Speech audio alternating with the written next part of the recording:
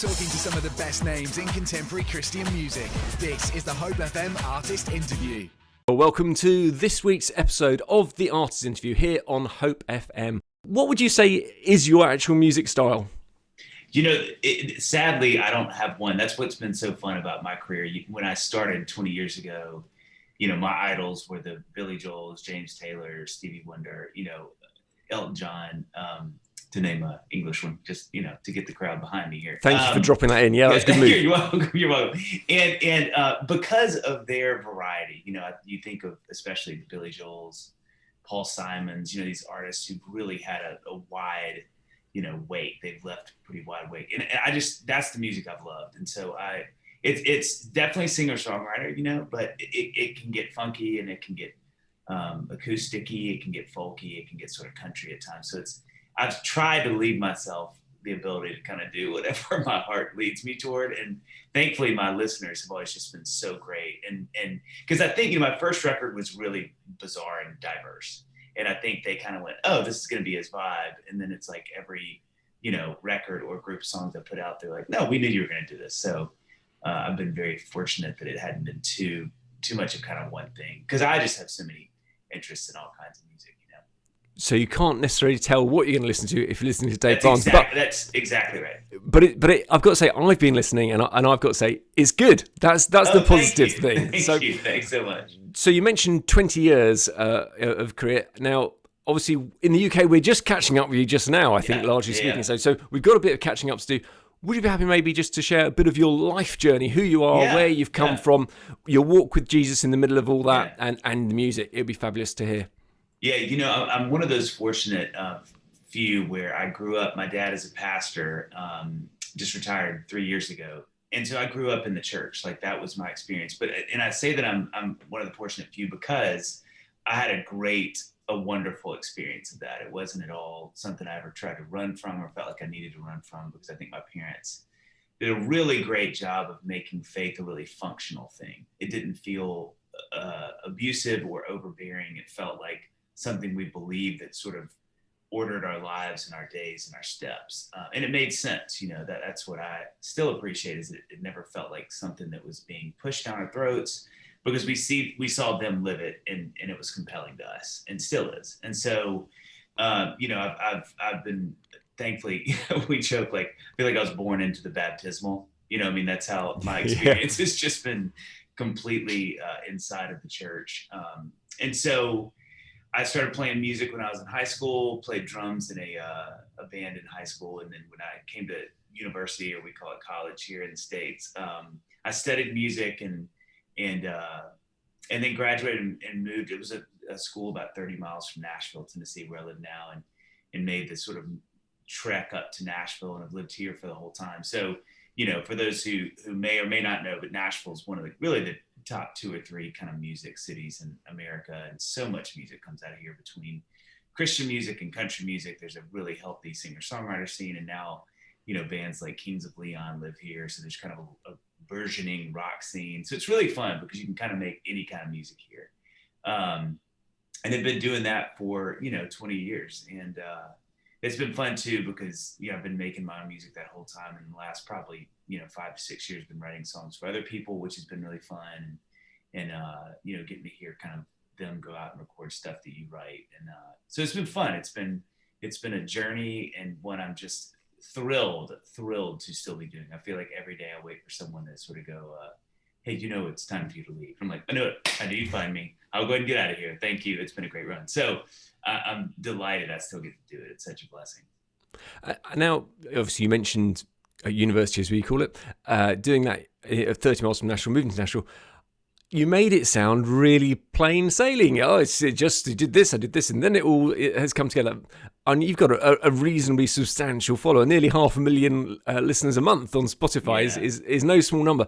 But most people in the music industry have a time when they're struggling because they're trying to find their place.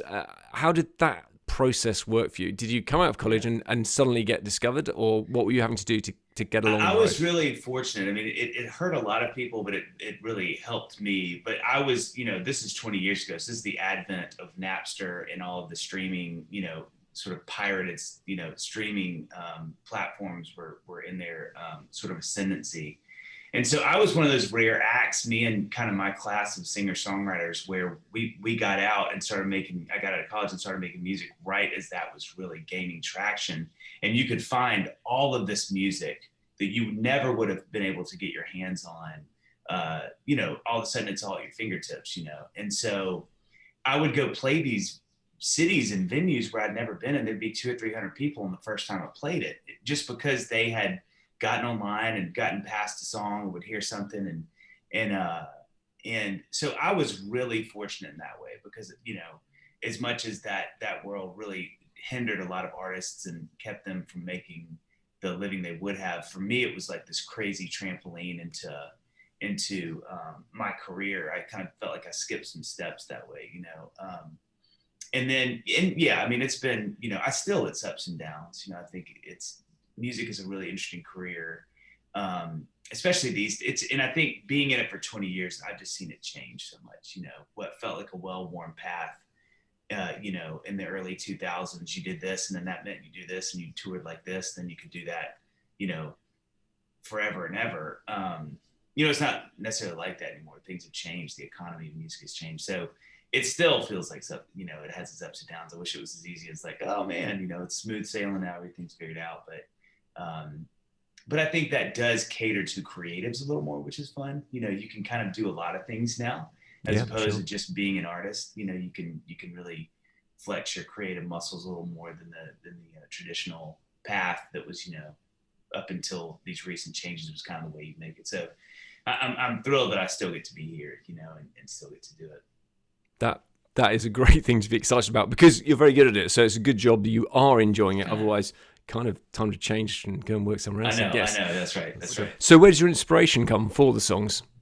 So I've noticed with you. So you got within your tracks, some mention the Lord, some mention God.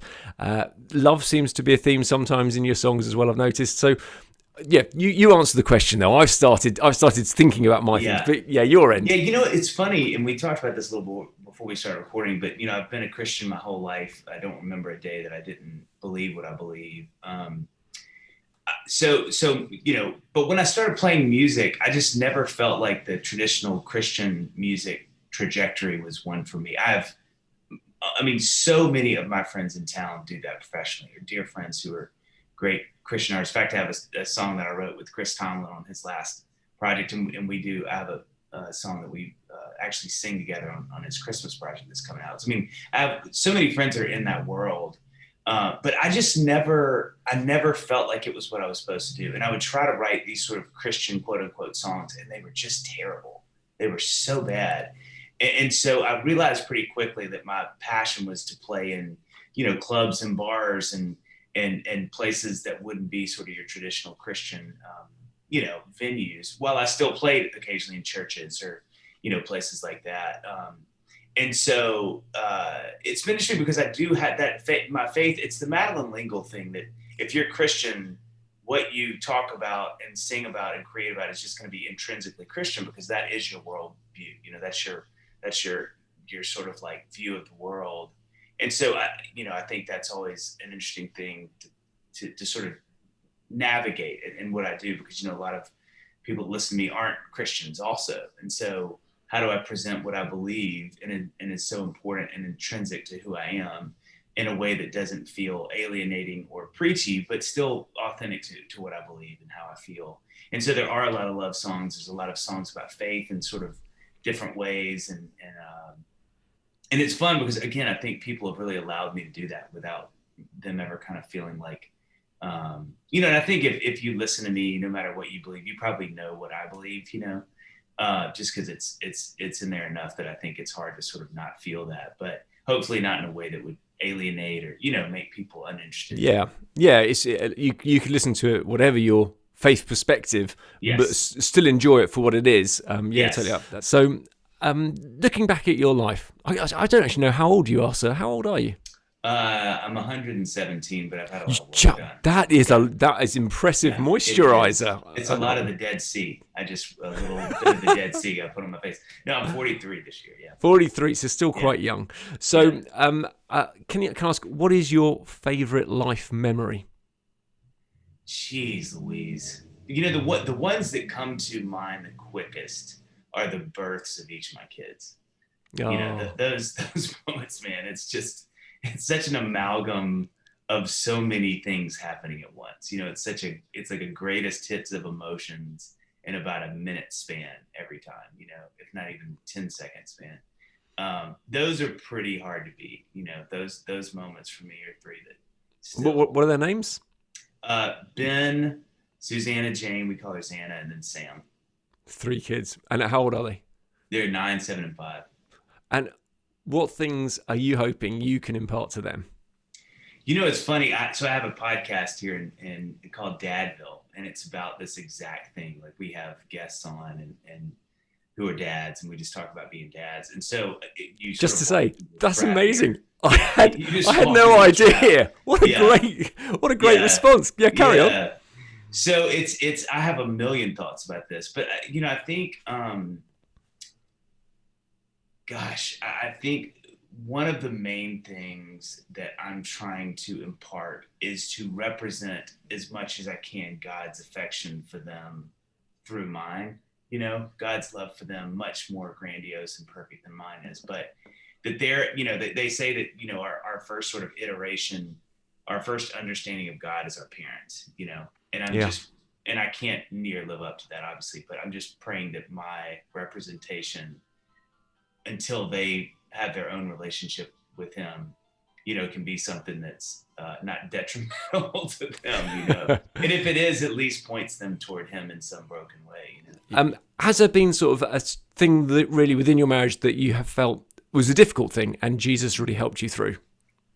I think so much of it is my own sin. I mean, honestly, and that feels like a very falsely humble thing to say, but I think it's true. I think, God has just been kind through my wife's wonderful pointing at and helping me be privy to, my own, and I should say in seasons, obviously, but I just think seeing how much my own sin, how detrimental it is, not only to myself, but to our marriage, and being better at trying to invite the Lord into those spaces, to sanctify me and to make me better. And I would say too, that I'm not trying to make my wife do that, because I think it's a natural stance for me to sort of be like, hey, can you make me better? And she can't. I mean, she can in her sort of like pedestrian ways, but Lord knows, not in sort of ethereal or divine ways. So I think those are the things still that I really have to pay so much attention to. It's just my inadequacies and my inability to be, perfect, and then where Jesus sort of fits into that, Yeah, no, that makes a lot of sense. I've got to say, without Jesus, I really don't think my marriage would have made it, which sounds like an awful thing to say. People must go, well, you don't love your wife properly then. But the truth is, marriage is actually really hard work, and it is with Jesus' help that I have a really healthy, really good marriage. Well, I think you just nailed it. You don't love anybody properly without Jesus. That's kind of the whole point, And I think that's what I'm having to remember, is because I really think I can do it on some days. I'm like, I got this.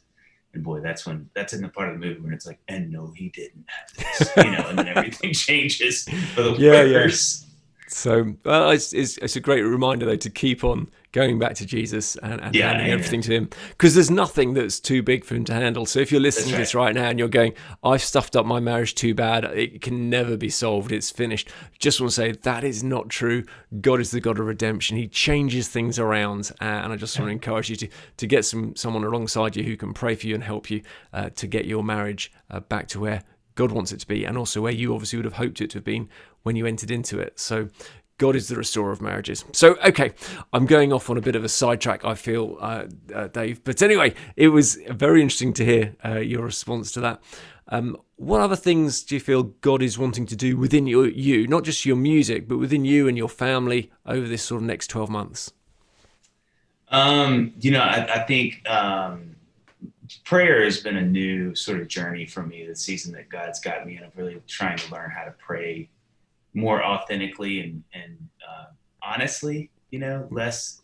I think that's one of the tricks of growing up in the church in America, is we have a very interesting version of our faith that can be pretty wrong and detrimental especially in the ways of sort of like what we tell people God is like or what he wants, and they're not true.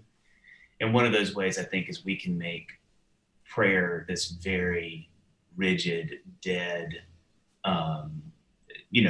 very methodical thing. And I think as I get older, the more and more I read the Bible and understand, especially like these Old Testament heroes and saints, they were just so candid. Like their conversations with God bordered on disrespectful, and he's never bothered. He's kind of like, yeah, I know you feel that way. Obviously, I know you feel that way. Thank you for being honest with me, And I think it's really changed the way that I think about prayer, and I can feel that sort of movement in my soul that God's trying to help me understand how to be in conversation and communion with him in ways that I sort of didn't know you could be before. So it's exciting and fun and I feel like I'm not even at step 1. I'm like at step -5, making my way to the, even to the middle point, or the beginning point. So I think that's a big one for me. But it's one of those things that there's always more, isn't there? So always, as we grow as Christians, sometimes we can get to a plateau if we're not careful. We just think, oh yeah, I've achieved where I'm meant to get to, and it's just so not the case. There's always more of God to explore, and he is infinitely wonderful. So right. and prayer, we can all grow more in prayer. And you're right to say it's definitely not a boring thing. It's one of those things actually that is communion with God. It's chatting with him honestly and openly. And I love what you said just there. So talking about people from the Old Testament then, who are the people you have been particularly reading about and admire? What's been the things that stood out? I think I think so much about Abraham and Sarah and her response when she's told that she's going to have the baby, and how she laughs. And I think it's so easy to think like, oh, she laughed. I'm like, no, that wasn't a joyful laugh. That was a disrespectful, like, no, you're not. This is a joke. How old was she at that point? Do you remember roughly? 90 something, right? Yeah, quite old. Yeah. Yeah, little past birthing years, you would probably wager. And I think about that story so much, and that both of them were kind of like, all right, God. Like they didn't go, yes, you are great and mighty. Thank you for the word, and bowed, and then he left the tent. But there was a real, like, no, how are you going to do that? Like that is the most candid response. I would, if I was being honest, that would be my response. It'd be like, come on, for real? Do you know how old she is? Do you know how old we are? Not like, you are all wise and wonderful. Thank you. We will believe you and see you tomorrow at the fire. I don't know. It'd be like, it'd just be like, are you sure? Like, are you really from heaven? Like, look, let me see your credentials. You have a driver's license. So just to sort of fact check it. So I just, and there's so much of that, you look at the New Testament, the way the disciples talk to God or to Jesus rather. And so I just think we get that wrong a lot. I think we really, I misunderstand how much God appreciates our honesty, how much he appreciates us being who we are in that kind of vulnerable stance, because that seems to be the person he always is drawn to, always. Yeah. He'd much rather have you tell him the truth, and then you deal with that, than to be the person who's putting on airs or being inauthentic to who he made you to be, which is the whole irony of the whole thing. He's like, do you not think I know who you are? He knows everything. Absolutely.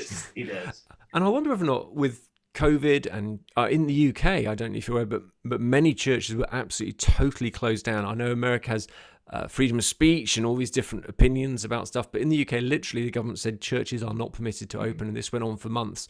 So it was a big deal, and lots of people have been watching church remotely and all sorts of things. And I wonder whether or not that's in some ways got dangers associated with it, because people have stopped encountering God in community with other people, and it's very easy to have a veneer and say that everything's okay. Yeah, I'm doing good, especially online. If you're talking face to face with people, you can suss them out a little bit more. But online, it's a bit harder to do. And I wonder whether or not for people, it's one of those things where we need to sort of relearn, not only just to be honest with God, but also to open up with people in small group scenarios or whatever it might be, that we can actually have Christian accountability and just help people to walk forwards with God. I'll just say quickly, I think that's another thing God has been showing me in the last few years, is how the iteration of humanity that he made us to participate in is a communal one. It is not a solitary one.